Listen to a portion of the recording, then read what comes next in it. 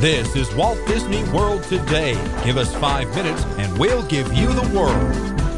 It's Monday, January 28th, 2008, and episode 363 of Walt Disney World Today. I'm Matt Hochberg of StudioCentral.com. On the show today, we have Mike Scopa of All Ears Net. Welcome, Mike.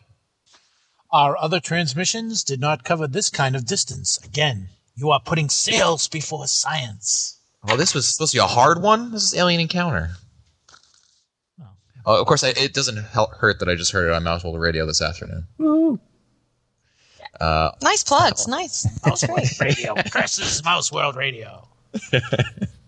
Also on the show is Mike Newell of the Cursed Mouse World Radio. Welcome, Mike. Cursed? Oh, my goodness. Well, that's not nice. I love it. Thank you. And I'll even plug bipolar today. I'll even plug Studio Central Radio while we're versus Studio Central Radio. Oh, sorry.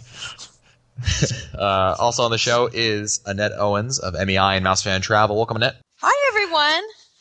On today's show, we're going to be talking. We're actually going to be previewing Toy Story Mania, which is opening up very soon, a little bit later this year, and kind of go over some of the things we know about Toy Story Mania. And what's going to happen is actually, rather than I ask the questions, I'm going to have Annette, Mike, and Mike kind of ask me questions and kind of go through the attraction, kind of get an idea, and then we'll kind of preview it, kind of what we think, what we're expecting for it. So why don't you, one of you, let's start with Mr. Newell, because I want to hear, this is going to be the Mike Newell show. I don't know the first thing about this attraction. I kind of want to keep it that way because I want to show up when it's open and be, blown over. I want to check it out from... Well, we don't know anything about the, I can't be like, oh, well, then on turn 2 you go down and I know stuff, but I don't know quite that much detail. It shouldn't be enough to wreck it, I don't think. But the only thing that I know about this attraction is that the brick faces, they use the same bricks that they did in the Pixar studio. I wonder who told you that. That's the only thing that I know, and a little bird told me that. I don't know who. Yeah, I was talking to a cast member last week, and they said that the bricks on the exterior of the building are the same bricks that it's from the same company that made the same bricks for the Pixar Animation Studio in California, because the exterior of the building is supposed to look like the Pixar Animation Studios back in California. So in order to complete that effect, they actually brought over that same company that made the bricks for California, and they're making them for over here. That's just that kind of level of detail. And I told Mike, and you sound so smart when you say that, Mike. This little bird gives me all the good tips, So what do you guys want to know about Toy Story Mania? Is it in 3D? I heard it was also parts of it were in 3D. Yeah, there's a ride vehicle, and you're going to be wearing 3D glasses. You may have seen some videos of it. I'll post a link in the show notes. They did a video. Did any of you see the Christmas parade this year? Oh, I heard there was a clip on there. Yeah. Yeah, they did. They had a preview of it, and they showed the vehicles, and I guess they had people on it, so I'm not sure if they were just like stand-ins. They weren't actually looking at anything. They were like actors, but they had people on there, and they have 3D glasses, and it's going to be obviously in 3 dimensions, and you're going to be going on these vehicles, and the vehicles are kind of the way they're set up is, I'm trying to think of if there are any rides currently in Disney World that have it. I don't think so, because what you have is you have a couple people on the front of the ride facing one way, and a couple people on the other side of the vehicle facing the opposite way. If that makes sense, is that clear? I get it. Yeah, sure. They're sitting back to back. Yeah, there's groups of I'm trying to think if it's how many. I think there's 4 on each side, 4 facing one way, 4 facing the other way. Yeah, seating of 4 in groups of 2. So it's gonna be 8 guests total in one vehicle. 4 will face one direction, 4 will face the other direction, and each group of 4 is back to back. If that makes sense. I think it's going to be really cool. I think it's what really it is for people who haven't heard anything about Toy Story Mania is, and people call it, for lack of a better word, kind of a Buzz Lightyear 2.0 or something like that. And it's similar to that in that you have these toy cannons that you have to fire, and the screen you go through different scenes, and there's going to be a bunch of scenes, and you're not going to hit every single scene on one ride. It's going to be random. You might get a cowboy scene, you might get the Space Ranger scene, and you might have to come back to do the other scenes. And these are all going to be themed. Obviously, the ride is called Toy Story Mania. They're going to be all Toy Story characters. So you're going to have, obviously, Woody, Buzz, Ham, the Green Army Men, Bo Peep. So it's really going to be, I think, if you love Toy Story Mania, I mean, if you love Toy Story, rather, the film, you're really going to love this because you're going to have these different scenes in there. And really what Disney's going for is that first of all, they want to be rewritability. They want you to be able to come back over and over and over again because they want you to really enjoy your experience on it. Because you want to say, ooh, I didn't get to see it all. Let's go back again. And part of that is that, first of all, like I said, you're not going to be able to do every single scene on one ride. And the other part of that is that the ride is going to adjust to your skill set. So, Annette, when you bring your kids on there, your kids, obviously at whatever age that they are, have a certain level of hand-eye coordination. They're going to do however, the ride adjusts to them. So yeah, that's right. The ride will be much harder for them and very easy for you. So it's going to adjust. And as you get better at it, it's going to become more and more difficult for you. So again, that goes back to that rewritability because the game's going to adjust. And that's something that we really don't see because in Buzz Lightyear, you have just, the ride is the same the whole time. It's just a matter of you figuring out which targets have the best scores and you hit them and then, you look like the best player in the world. Never mind that you played it 3,000 times. That's why that's why you're good at it. Are the two sides competing for scores against each other? Well, I think every player is competing against themselves, against just like you have on Buzz Lightyear, you're just competing against, each other and kind of, for bragging rights in terms of what your score is. It just allows, really what it allows is having you can have two different groups, on the same ride vehicle. So the person, I'm not sure if it's going to be different scenes for each side, but you may have, maybe on first side they're in one scene, the other side is facing a different scene. You know what I mean? So that very well could be what that's going to entail. And that's, it is very different. It's a very different attraction. Scope, I think you mentioned that it's, it's Buzz Lightyear, and a lot of people do say that, and I really don't think it's fair. It's like saying Splash Mountain is another Flume ride, If someone is building Splash Mountain, it's another waterlog ride, Well, the difference is between this and Buzz Lightyear is that in Buzz Lightyear, you control the direction of the vehicle, and you won't have that ability with this. Is that correct? I think you're right that you can control. I'm not exactly sure if you can or can't control the vehicle, but I think comparing them really isn't fair. I think that that Toy Story Mania is going to be so much different because of the level of interactivity and the 3 dimensions. It's really going to be a hybrid of a bunch of different things that you see in different attractions. Obviously, the shooting is from Buzz Lightyear. The dimensions and everything is supposed to remind you maybe of the Spider-Man attraction at Universal Studios. So they're bringing in a lot over here. The coolest thing I think, Newell, well, I don't know, Newell, you don't like characters, but this might interest you. They're going to have in the queue line a 6-foot tall Mr. Potato Head. That is cool. Who's going to be able to talk to you.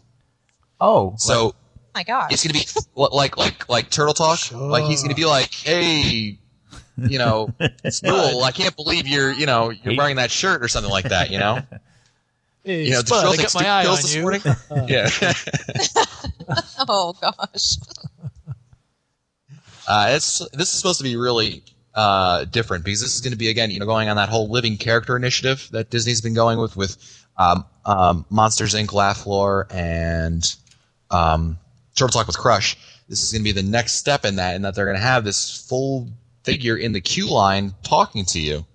I think that's going to be. I'm looking forward to that. Never mind the actual ride. I think that'll be pretty cool.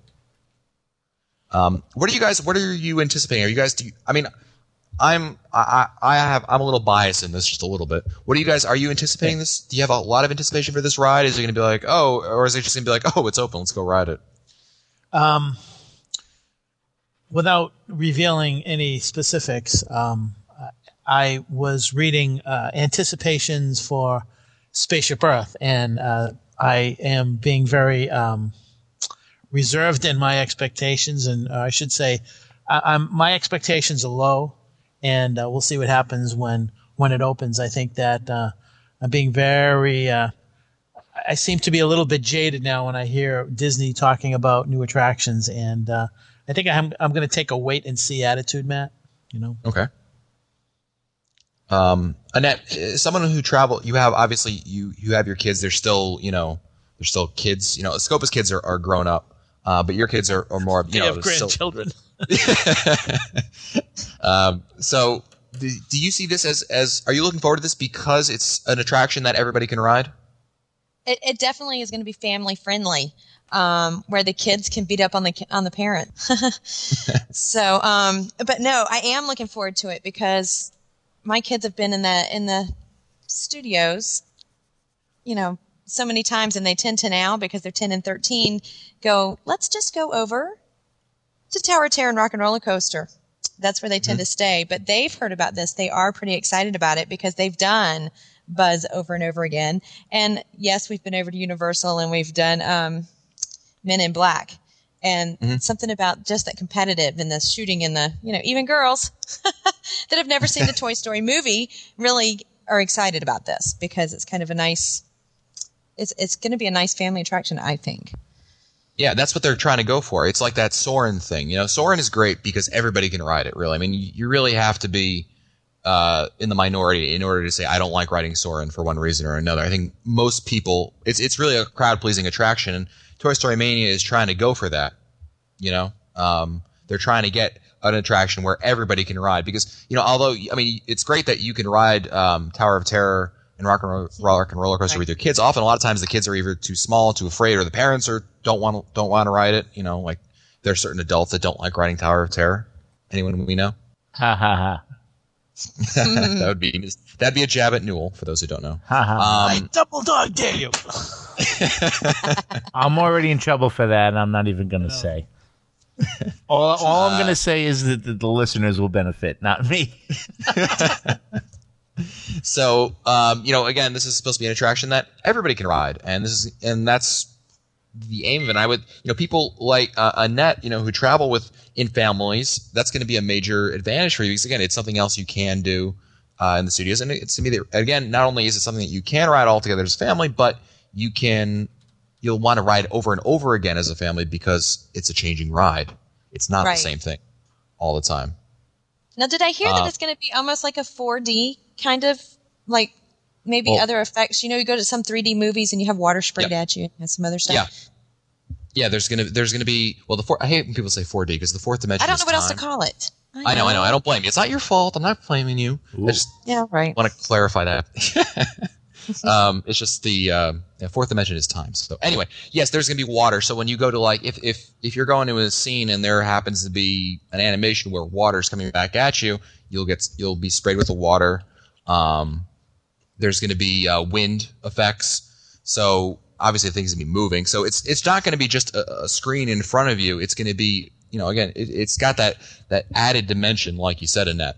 And I think it just adds to it. And they're using some interesting technology. There was a patent filed for it a long time ago. I think Len sent it to me. He's not here right now, but about how they're using projecting an image onto a surface, and just the really intense technology is really going to be cool. I think that this is going to be something that is really going to be interesting.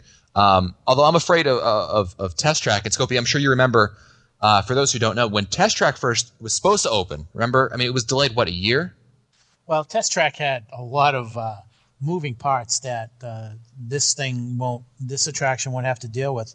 One of the problems that Test Track had was that it was an outdoor as well as an indoor attraction, and they really didn't have test vehicles. I'm guessing, Matt, that the ride vehicles for this particular attraction probably are similar to ones that are already out there with a few changes. Test Track, they were reinventing the wheel, so to speak, and one of the problems they had was the wheels and the tires and things like that. Test Track had problems with software and weather and things like that, which are elements that this one won't have. I'm guessing that this attraction, because it's indoors and because they've had, I believe, almost 3 years to play around with this technology, which I believe they filed in October of 2005. They should be at a point where I'm hoping that there won't be any delays. Yeah, no, I hope you're right about that. And that, obviously, Test Track is a little bit different. They're currently, for those of you wondering when it's going to open, it's supposed to open. The tag right now is summer 2008, and from what I've heard, it's going to be more earlier summer. I've heard from a cast member that they could open as early as April. I'm not sure probably later in April, I would assume, and that's going to be when they say open. I mean, you'll start having the soft openings, which are previews of the attraction, and those could start happening in April. Certainly, I would think by May you're going to start to see them, because I think they're aiming for that June timeframe, because there was something that came out as part of the Year of a Million Dreams for California. For those who don't know, Toy Story Mania is also being opened in California, and they're supposed to be running at the same time. And for the California one, it's part of a Year of a Million Dreams. One of the prizes is a winner will be required to attend the Toy Story Mania press event at Disney's California Adventure from June 11th to the 13th. And if that's going to be then one can maybe assume that it's going to be opening on the 11th or the 13th in that time frame. So if the ride's opening there, they usually have a month and a half of soft previews like they had in Everest. I know that Everest opened on Earth Day, but there were previews going back earlier in the late winter. So I'm assuming that you could probably look for soft previews coming up a little bit later this year, maybe April-ish timeframe for that. There's a lot of some really interesting information. I'll put a link in the show notes to my page on Studio Central, where I've been keeping track of kind of the progress of the ride with pictures and the information that I know about it. I guess the last question I guess we could go on is, what do you guys think this kind of attraction is going to be? Is this going to be an attraction that you guys anticipate as being an e-ticket attraction, like that top tier things, or is this going to be a second tier attraction, a third tier attraction? What do you guys think? I think it's going to be. I'm thinking it's going to be a first or second tier attraction. I'm thinking, Matt, what I'm really curious about is what kind of an impact it will have on the queue lines at Rock and Roller Coaster in Tower of Terror.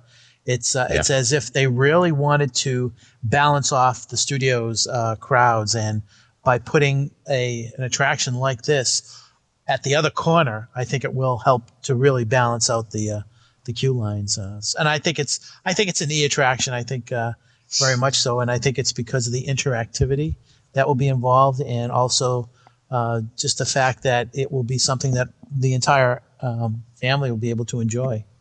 Newell, is this something you're going to ride, Newell, or is this on your ban list also? No, I'll be there. I'm not going to be there first day, but I'll definitely check it out. I love Toy Story #1, and I'm all for any type of new technology and any attraction that interacts with me. I think that's fascinating. So if the whole storyline and everything is really good, I'll definitely go back. They have characters that interact with you in the parks. You can meet them. All right, it's getting old. Citizens of Hollywood. It's a little different too much. technology there. Yeah. I don't pick on you and your dinosaur thing, so, all right.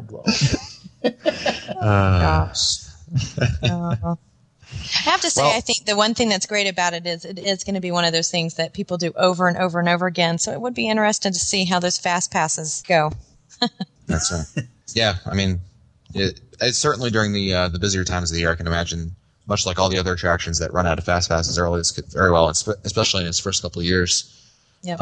Very well could be that kind of same situation. Hey, Matt, is there anything else scheduled to be in that area besides that? I mean, I assume they're going to open up a shop too, but are they going to open up anything else? There's rumors that they're going to do another attraction on that street over there. Okay. There's the Narnia attraction is currently closed. It's being reopened, but that's just going to be an update based on the new Narnia film, Prince Caspian. Right. What's really interesting is there have been rumors that they're going to build another attraction on the street. Remember where you could? Well, Newell, you wouldn't remember, but everyone else remember where you could meet Mickey Mouse. Where you used to be able to meet Mickey Mouse on Mickey Avenue in his sorcerer's outfit. There's supposed to be. They're rumored, and emphasis on rumor, that there could be another attraction next to that one. So they'll put one like the entrance would be over there, and it would be right next to Toy Story Mania. But it's very rumored at this point. I really wouldn't, do a whole show about it like we just did with Toy Story Mania. Still cool. So, yeah, it would be really cool if they added something else over there. But we shall see. That's it for us today. If you want to find our older episodes, read our show notes, or send us your comments, visit the Walt Disney World Today website at wdwtoday.com. For Elaine Testa, Mike Scopa, Mike Newell, and Annette Owens, I'm Matt Hochberg. We'll see you on the next show. This has been a production of Mouse World Radio.